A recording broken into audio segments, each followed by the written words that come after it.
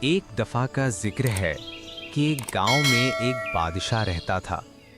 وہ بہادر تھا اور تلوار بازی کا شوقین تھا۔ اکثر لوگوں کے سامنے تلوار کے کرتب دکھا کر انہیں محظوظ کرتا تھا۔ ایک دن وہ تلوار بازی کر رہا تھا کہ اچانک تلوار اس کے ہاتھ سے پھسلی اور اس کے پاؤں کی ایک انگلی کٹ گئی۔ بادشاہ درد سے کراہنے لگا۔ وہاں اس کا وزیر بھی موجود تھا۔ وزیر کے منہ سے بے ساختہ نکلا، جو ہوا اچھا ہوا۔ یہ سن کر بادشاہ کو سخت غصہ آیا۔ اس نے وزیر کو گستاخ سمجھا اور فوراً اسے جیل میں ڈال دیا۔ وزیر کئی مہینے جیل میں قید رہا۔ جنگل کا واقعہ۔ کچھ عرصے بعد بادشاہ شکار کے لیے جنگل گیا۔ اتفاق سے وہ اپنے ساتھیوں سے بچھڑ گیا۔ جنگل میں رہنے والے آدیواسیوں نے اسے پکڑ لیا۔ وہ لوگ انسانوں کی قربانی دیتے تھے۔ انہوں نے بادشاہ کو اپنے سردار کے سامنے پیش کیا۔ پہلے دن حکم ہوا کہ اس کے گھوڑے کو ذبح کیا جائے اور اگلے دن بادشاہ کی باری ہوگی۔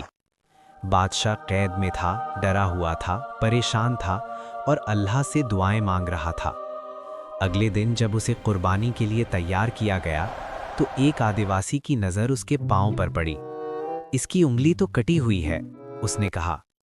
ان کے قانون کے مطابق جس انسان کے جسم کا کوئی حصہ کٹا ہو اسے قربانی کے لیے ناپاک اور منحوس سمجھا جاتا تھا، لہٰذا انہوں نے بادشاہ کو چھوڑ دیا۔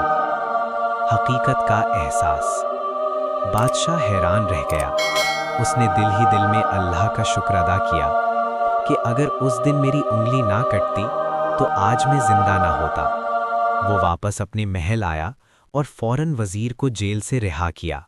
اس سے معافی مانگی اور کہا، مجھے معاف کر دو، میں نے تم پر ظلم کیا۔ وزیر نے مسکرا کر کہا، جہاں پناہ، میں کون ہوتا ہوں معاف کرنے والا؟ معاف کرنے والی ذات تو اللہ کی ہے، اور یاد رکھیں جو ہوا اچھا ہوا۔ بادشاہ حیران ہوا اور پوچھا، یہ کیسے؟ وزیر نے جواب دیا، اگر آپ مجھے جیل میں نہ ڈالتے تو میں بھی آپ کے ساتھ شکار پڑ جاتا۔ میری انگلی تو صحیح تھی، پھر قربانی میرے ساتھ ہو جاتی۔ بادشاہ کی آنکھیں کھل گئیں۔ سبق: جو ہوتا ہے اللہ کی حکمت سے ہوتا ہے۔ کبھی کبھی بظاہر بری چیز بھی ہمارے حق میں بہتر ثابت ہوتی ہے، لہٰذا صبر اور اللہ پر بھروسہ رکھنا چاہیے۔